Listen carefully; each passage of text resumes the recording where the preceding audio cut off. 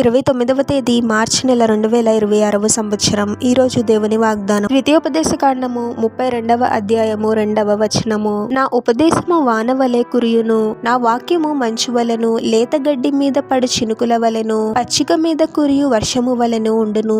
సహోదరి సహోదరులారా, దేవుని మాట ఎంతో శక్తివంతమైనది, శ్రేష్టమైనది. పరిశుద్ధ గ్రంథంలో ఉన్న ప్రతి మాట దేవుని యొక్క మాట అని మనం గ్రహించగలగాలి. వర్షము మొక్కలకు ఎంతో అవసరము.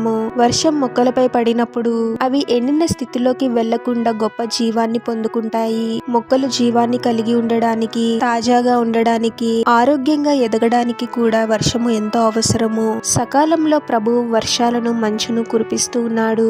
ఇవి మొక్కలకు, చెట్లకు, పచ్చికకు ఎంతో అవసరమైనవి. దేవుని వాక్యము వర్షముతోనూ మంచుతోనూ పోల్చబడింది. వర్షము, మంచు ఎలా అయితే మొక్కలను జీవంతో ఉంచడానికి, తాజాగా ఉండడానికి, ఎదగడానికి అవసరము, వాక్యము కూడా అంతే. వాక్యాన్ని వినినా లేదా వాక్యమును ధ్యానించినా ఆ వాక్యము నిశ్శబ్దంగా మనలో పనిచేస్తూ ఉంటుంది, మన హృదయాలలో నాటబడుతుంది. వర్షము ఎలా అయితే మొక్కలను, చెట్లను తాజాగా ఉంచుతుందో ప్రభు వాక్యం కూడా మన ఆత్మను పునరుద్ధరిస్తుంది. మనలో అద్భుత రీతిగా పనిచేస్తూ ఎండిపోయిన స్థితి నుండి గొప్ప విడుదలను అనుగ్రహించి జీవాన్ని ఇస్తుంది. ఆత్మీయముగా మనము ఎదగడానికి ఎంతో సహాయపడుతుంది. కాబట్టి దేవుని వాక్యమును ఏమాత్రము నిర్లక్ష్యం చేయకూడదు. ప్రతిదినము తప్పనిసరిగా దేవుని వాక్యమును ధ్యానించాలి. వాక్యమును ధ్యానిస్తూ ప్రభు మనతో ఏం మాట్లాడుతూ ఉన్నాడో గ్రహించగలగాలి. మన ఆలోచనలు, మాటలు, క్రియలు వాక్య ప్రకారము ఉండే విధంగా చూసుకోవాలి. ప్రార్థన ఎంత అవసరమో వాక్యము కూడా అంతే అవసరము అని మనం గ్రహించి వాక్య ధ్యానము మన జీవితంలో ఒక భాగంగా ఉండాలి. ప్రార్థన. పరిశుద్ధుడు ఒక ప్రభువా, మీ పరిశుద్ధమైన నామమునకు తరతరములు యుగయుగములు మహిమ కలుగును గాక. మరొక నూతన దినంలోనికి మమ్మల్ని క్షేమంగా ప్రవేశింపచేసిన దేవా, మీకే స్తోత్రం తండ్రి.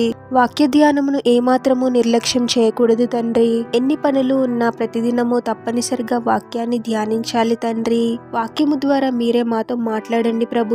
ఈ లోకంలో కలిగే శ్రమల వలన, పోరాటంల వలన అలసిపోయిన స్థితిలో ఉన్న మాకు గొప్ప నిరీక్షణను, జీవాన్ని అనుగ్రహించండి ప్రభువా. బలహీనంగా ఉన్న మా ఆత్మలను బలపరచండి తండ్రి. వాక్యము ద్వారా మీరే మమ్మల్ని ఆదరించండి ప్రభువా. ప్రతిదినము వాక్య ధ్యానం చేస్తూ ఆత్మీయముగా దినదినము బలపడటానికి మాకు సహాయం చేయమని, ఈ ప్రార్థనలో ఏకీభవిస్తున్న ప్రతి ఒక్కరిని పేరు పేరున దీవించి ఆశీర్వదించి అభిషేకించమని, చేసే ప్రతి పనిలో మీరే వారికి తోడుగా ఉండి వారిని అన్ని కీడుల నుండి, అపాయముల నుండి మీరే వారిని రక్షించమని ఈ మా మనవులన్నీ యేసుక్రీస్తు వారి పరిశుద్ధ నామంలో అడిగి వేడుకొనుచున్నాము తండ్రి. ఆమేన్.